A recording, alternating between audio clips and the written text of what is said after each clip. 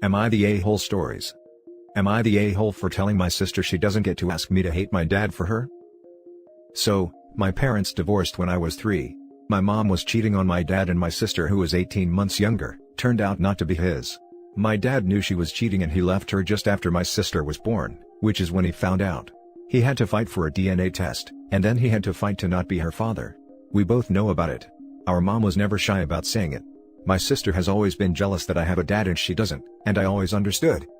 But around 5 years ago, she started saying I should hate my dad because he abandoned her and didn't step up when she had no other family but our mom and me, and he left her out when all she wanted was to feel included.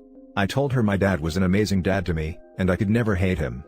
Ever since, we have had a pretty horrible relationship, that is volatile enough that I moved mostly with my dad. So, I only see her and my mom occasionally now, but she is still pissed and wants me to cut out my dad for not wanting her. Since I turned 18 in November, I haven't seen them at all, and she has started saying I'm siding with an abusive piece of crap, a horrible person and father, who would leave a child worse off because the chick he was with banged another guy to make the baby. She said as my dad, he should have loved her through me, and that I owe it to her to stand up for that. I told her again that I won't hate my dad for her when he has been a good dad to me. She called me names. I told her to learn how to accept things, and go after mom for her bio father if she wants to find out, and maybe blame her, since she's the one who cheated and created the whole mess. Am I the a-hole? I feel bad because I know this has hurt my sister her whole life. Now for the top comments. Not the a-hole, why doesn't she hate your mom? At the end of the day, it was not your dad who created this whole situation. She doesn't hate her mom because her mom is the only one she has. OP, you're not the a-hole, but be gentle with your sister, and advocate for her with your mom to get therapy. Not the a-hole. Your sister has a mom problem, not a dad or sister problem. The problem is, she's only got the mom, so she's putting her on a pedestal because of her needs in all likelihood. Sets you up for a miserable future too, sadly. Sister needs counseling. Not the a-hole. You're right, your sister needs to be mad at your mother. Your father was well within his rights to not want to raise another man's baby. It sucks that your mother has warped your sister's thinking to such a degree, but why should you hate a man that been nothing but good to you? Your sister needs professional help to move past this. It's an unhealthy obsession she has. Imagine being so jealous of someone, that if you can't have it, they can't have it either. This is sick, and mom is 100% to blame. Not the a-hole. Now for the next story. Am I the a-hole for telling my parents they only have one daughter and she is 6 feet in the ground? This all started when I was 12 years old and my younger sister was 10. Let's call her Abby. Well, Abby started to get sick and no one in the family knew what was going on. I started to be dropped off at my grandparents' as they went to different doctors. I'm not going to go into her illness, but when the doctors figured it out, it was bad. So, a lot of time was devoted to my sister. When I was 14 it got worse, and I started to be left at my grandparents' for longer amounts of time. It started with just staying the weekend, and then maybe the whole week. I would bring it up, and they told me that they have to focus on Abby. Soon I was staying there for months. By the time I was 16, I was basically living there full time. I would maybe see them every other month. If I texted them about the whole thing, the same response was always sent: we need to focus on Abby right now. I'm 19 now and Abby has passed away from her illness. Her funeral was 2 weeks ago, and I attended through FaceTime. I got a call today from my parents, and they wanted to meet up and be a family again. I told them that they abandoned one child for another. I am not their child anymore. That they only have one daughter, and she is 6 feet under the ground now. I soon hung up. I've been getting texts calling me an ass, and that I should understand that they needed to focus on Abby and to suck it up basically.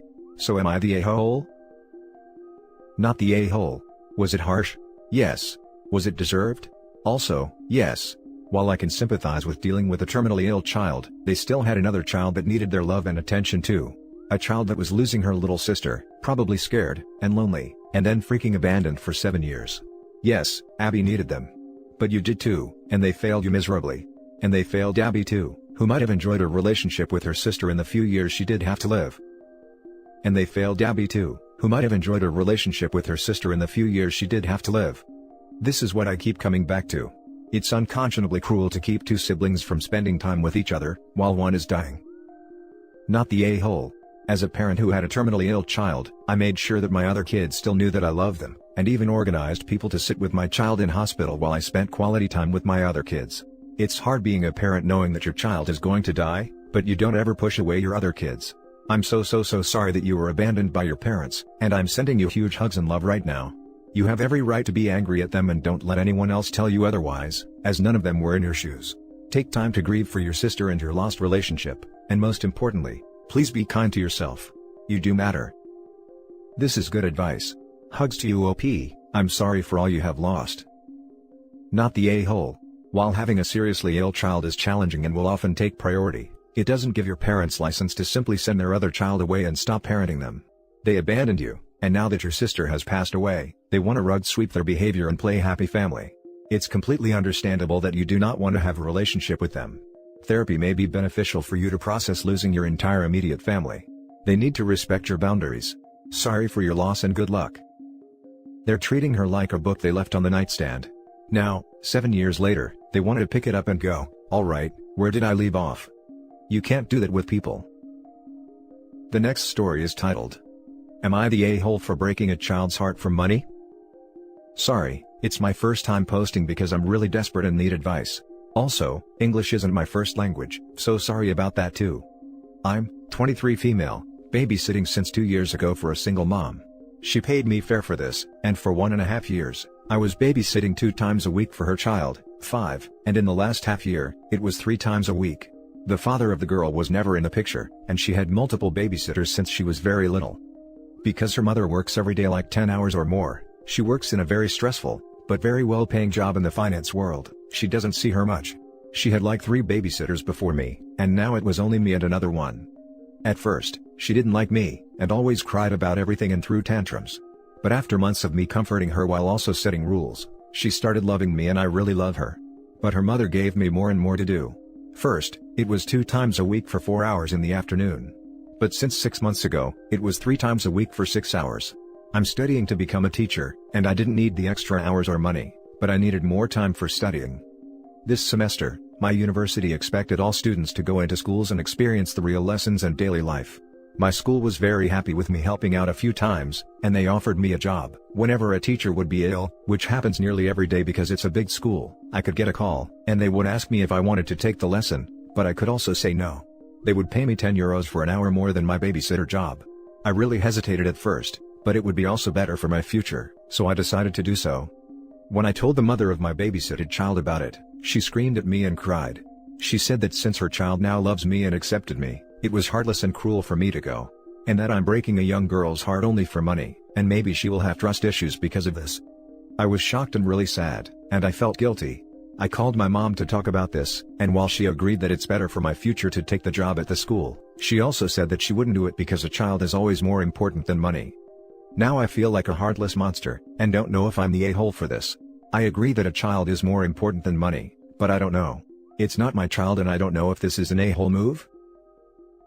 Now for the top comments. Not the a-hole, the mom sounds manipulative.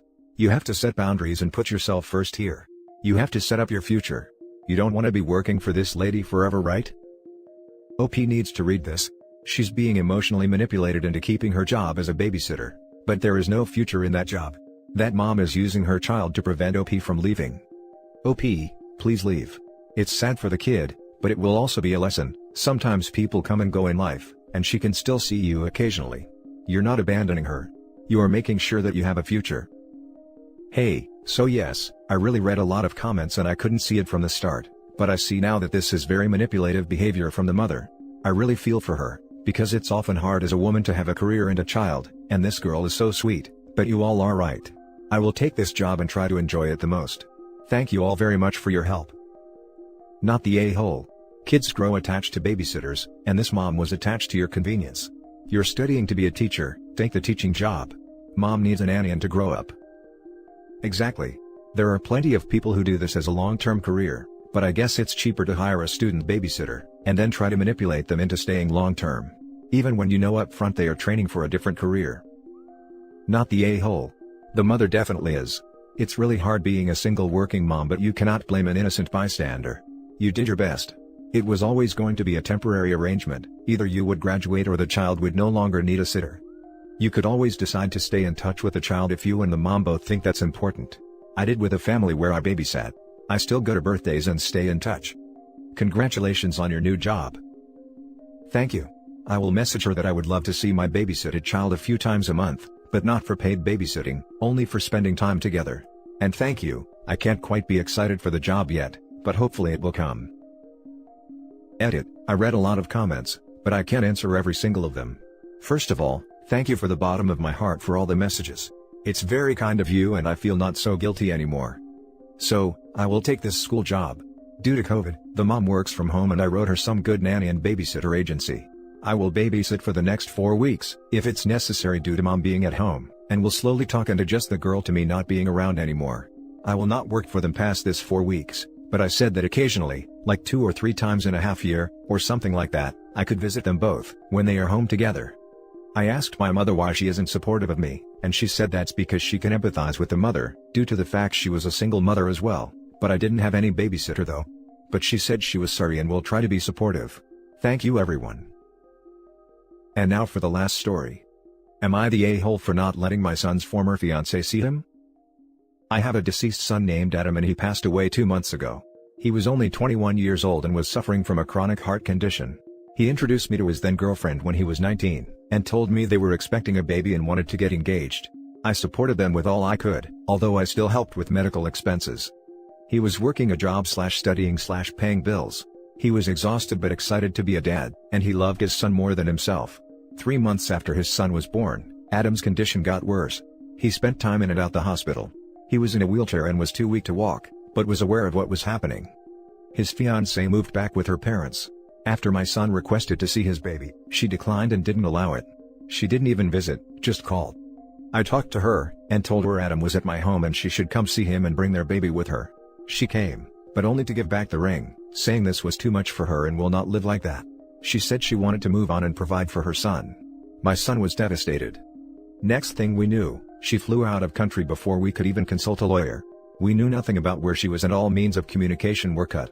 It was hard watching my son sad and missing his son. All he had of his baby were pictures. He was devastated. He was melting like a candle in front of me and I stood there helpless. I got him a medical device because he had trouble breathing on his own and 2 months ago, he was admitted to the hospital. He had late-stage heart failure and was on a vent machine. The doctor was honest with me and said that Adam was too weak for another surgery.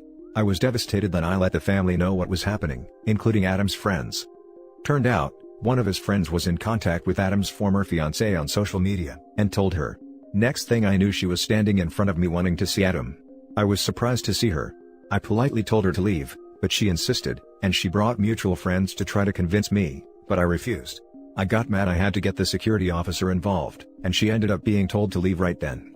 She started yelling at me and told me I had no right. Called me cruel and other names I can't say here. Adam's friends sided with her and were yelling at me too. I felt too much pressure.